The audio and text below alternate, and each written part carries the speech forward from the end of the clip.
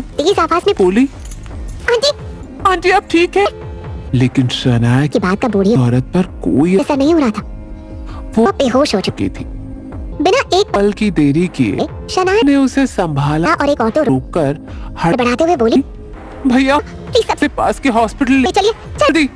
Auto वाले ने हामी भरी और बूढ़ी औरत को ऑटो में बिठाकर ऑटो हॉस्पिटल की तरफ बढ़ा दिया। हॉस्पिटल पहुंचते ही शनाया ने डॉक्टर से पूछा, पूछा कहीं मैंने नहीं लाने में तो नहीं कर दी?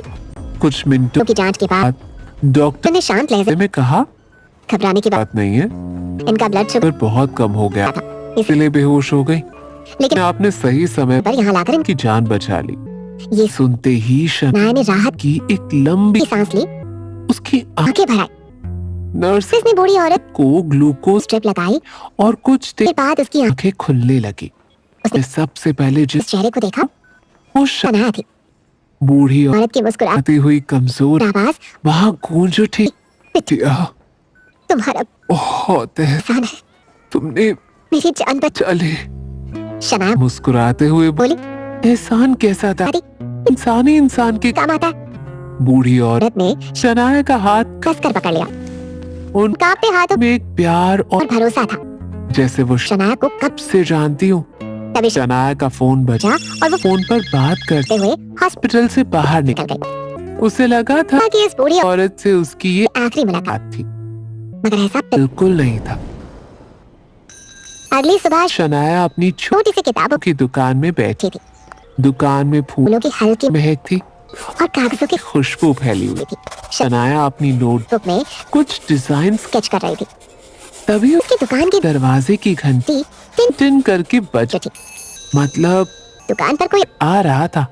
शनाया ने देखा एक कार दुकान के सामने रुकी थी और सामने वही बूढ़ी औरत खड़ी थी जिसे शनाया ने हॉस्पिटल पहुंचाया था। शनाया की आंखें हैरानी से फैल गई, उसके दिल की धड़कन एक पल को रुक सी गई। उसने जल्दी से कहा, दादी आप? बूढ़ी औरत ने मुस्कुराते हुए हाथ हिलाया और बोली, पहचाना मुझे? शनाया तुरंत बाहर आई और झुककर उसका हाथ पकड़ लिया और बोली, दादी आप यहाँ कैसे? अंदर आइए, बाहर की धूप आपके लिए ठीक नहीं है। शनाया प्यार से बूढ़ी औरत को लेकर अंदर आ गई और अपनी चेयर पर बैठा दिया। दादी थकावट से बोली, थोड़ा पानी ले। बिटिया अभी लाती हूँ दादी। ये कहते हुए शनाया ने ठंडा पानी का गिलास और साथ में बिस्किट दादी के सामने टेबल पर रख दिए। दादी की आंखों में चमक थी।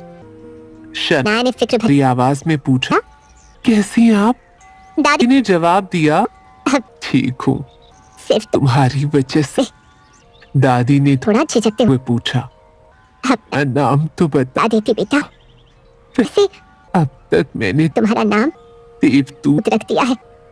शनाया मुस्कुराते हुए बोली, मेरा नाम शनाया शाह है। और आपका? दादी ने चहकते हुए कहा, माया राणा। शनाया और दादी इसी तरह कुछ देर तक बातें करती रही। फिर शनाया अपनी टेबल पर जाकर काम में लग गई। कलरफुल पेपर से खूबसूरत बुकमार्क तैयार करना उसकी खासियत थी। दादी आराम से बैठी हुई बस उसे देखती रही। शनाया की हर हरकत में मासूमियत, लगन और सादगी झलक रही थी। ये देखकर दादी बहुत खुश हो रही थी। अगले 2 महीनों तक यही चलता रहा। हर सुबह करीब 10 बजे दादी दुकान पर आ जाती। शनाया उन्हें पानी, चाय और नाश्ता देती और दोनों बातचीत करने लगती। दादी कभी-कभी शनाया के काम में उसकी मदद भी कर देती थी, कभी बिल लिखने में तो कभी बुक सजाने में। शनाया के लिए ये रिश्ता उसकी जिंदगी के खालीपन को भर रहा था। एक दिन पहले चाय पीते हुए दादी ने सीरियस होकर शनाया से सवाल किया, बिटिया अगर मैं तुमसे पूछूं कि मुझे तुम मेरे पोते के लिए पसंद हो तो तुम्हारा क्या जवाब होगा? दादी के मुंह से अचानक ये सवाल सुनकर शनाया बिल्कुल शॉक्ड रह गई। फिर खिलखिलाकर हंसने लगी। उसने मुस्कुराते हुए कहा, दादी आप भी ना आप मजाक कर रही हैं ना? अब दादी का चेहरा बिल्कुल सीरियस हो गया।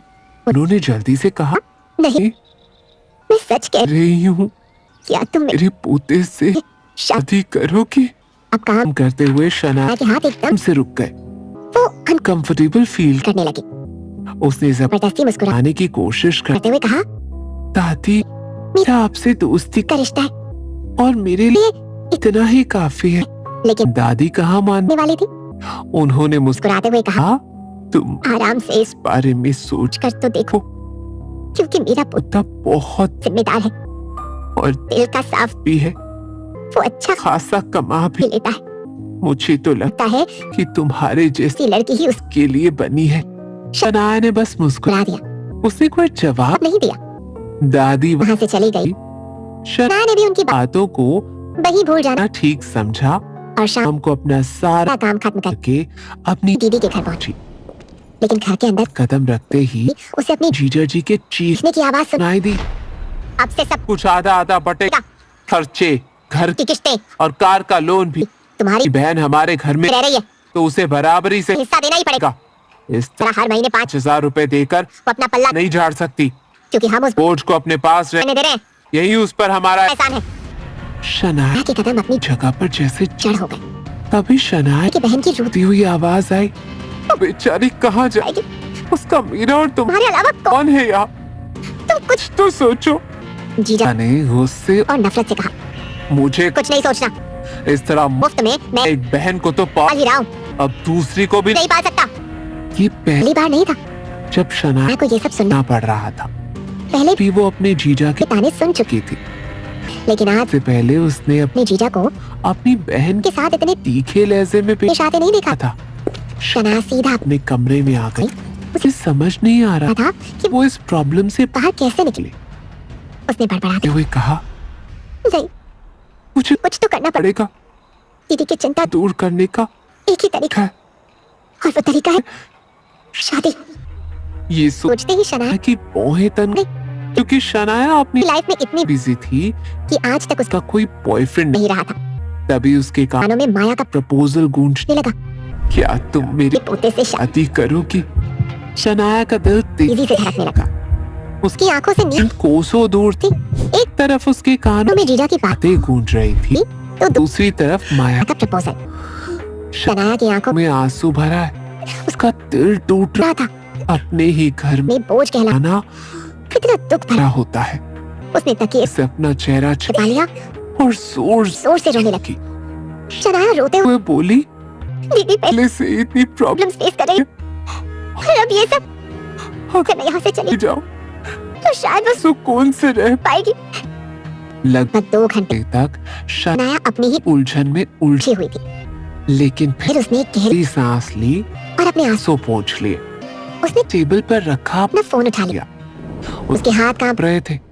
उसने एक नंबर डायल कर दिया, कुछ देर में ही कॉल कनेक्ट हो गया और शनाया बोली, हेलो दादी, मैं शनाया बोल रही हूँ। दूसरी तरफ से माया की फिक्र भरी आवाज सुनाई थी, अरे बेटा, इतनी रात को कॉल किया, सब ठीक है ना? दोनों तरफ एक पल के लिए चुप्पी छा गई। शनाया ने जल्दी से कहा, दादी, मैं आपके पोते से शादी करने को तैयार हूँ। दूसरी तरफ से माया की चहकती आवाज आई, क्या सच कह रही हो तुम? शनाया ने धीरे से कहा, उसकी आवाज कांप रही थी पर फैसला पक्का था। माया ने हंसते हुए कहा, मेरा बच्चा, ये तो बहुत अच्छी खबर है और अच्छे काम में देर कैसी? हम कल ही तुम दोनों की कोर्ट मैरिज करा देंगे। शनाया ने हैरानी से कहा, कल? दादी ने एक्साइटमेंट से कहा, हाँ कल। तुम परेशान मत हो, मैं सारी तैयारियां कर लूंगी, बस तुम अपने डॉक्यूमेंट्स तैयार रखना। सुबह 10 बजे मिलते हैं कोर्ट के बाहर और फिर तुम रिश्ते में भी मेरी पोती बन जाओगी। दादी की आवाज में खुशी साफ झलक रही। शनाया ने खुद को थोड़ा संभालते हुए कहा, ठीक है दादी, मैं तैयार रहूंगी। अच्छा, अब सो जाओ बेटा, कल का दिन तुम्हारी जिंदगी का सबसे अच्छा दिन होगा। ये कहकर माया ने कॉल कट कर दिया। शनाया ने एक लंबी सांस छोड़ी, उसके सीने से जैसे बहुत बड़ा बोझ उतर गया था, लेकिन अगले ही पल उसे एक नया बोझ महसूस होने लगा, आगे आने वाली जिम्मेदारी का बोझ। वो बिस्तर पर लेट गई, वो छत को टकटकी लगाकर देखती रही। पूरी रात उसे यही समझ नहीं आ रहा था कि क्या ये शादी का फैसला सही था। उसके मन में सवालों का तूफान चल रहा था। लेकिन उसके पास जवाब नहीं था। यही सोचते हुए उसकी आंख लग गई और आज वो कोर्ट के बाहर खड़ी थी। शनाया अपने ख्यालों में खोई हुई थी। तभी उसके कानों में एक जानी पहचानी आवाज सुनाई दी। शनाया। शनाया ने जैसे पीछे देखा, सामने माया कार से उतर रही थी। शनाया तुरंत मुस्कुराते हुए उनकी ओर बढ़ी थी, लेकिन तभी माया के पीछे से एक हैंडसम लड़का सामने आ गया। उसे देखकर शनाया के कदम अपनी जगह पर रुक गए। उस आदमी को देखकर जैसे उसकी सांस अटक गई। लंबा कद, सख्त चेहरा, सीरियस एक्सप्रेशंस। उसे देखकर ऐसा लग रहा था जैसे वो लड़का नहीं पत्थर की दीवार हो। वो शनाया की सोच से ज्यादा हैंडसम था। शनाया ने देखा पीछे एक ब्लैक कार खड़ी थी, जो बहुत नॉर्मल कार थी। शनाया को समझ आ गया कि शायद दोनों की फाइनेंशियल कंडीशन एक जैसी थी। शनाया अमीर नहीं थी, वो किताबों की दुकान की पार्टनर और क्राफ्ट की ऑनलाइन सेलर थी। वो 20,000 महीने कमाती थी और उसमें से 10,000 बहन के घर में दे देती थी। लेकिन जीजा को सिर्फ 5,000 का ही पता था, क्योंकि अगर उसे पूरे पैसों का पता होता तो वो उन पैसों को भी उसकी दीदी से छीन लेता। तभी माया ने आगे बढ़कर दोनों का परिचय कराते हुए कहा, ये है मेरा सबसे बड़ा पोता वैभव। राणा। इस साल 30 का हो गया, पर अब तक शादी नहीं की। ये थोड़ा चढ़ा है पर दिल का अच्छा है। वैभव ने एक नजर शनाया को देखा, लेकिन उसकी नजर इतनी तीखी थी कि शनाया कांप गई।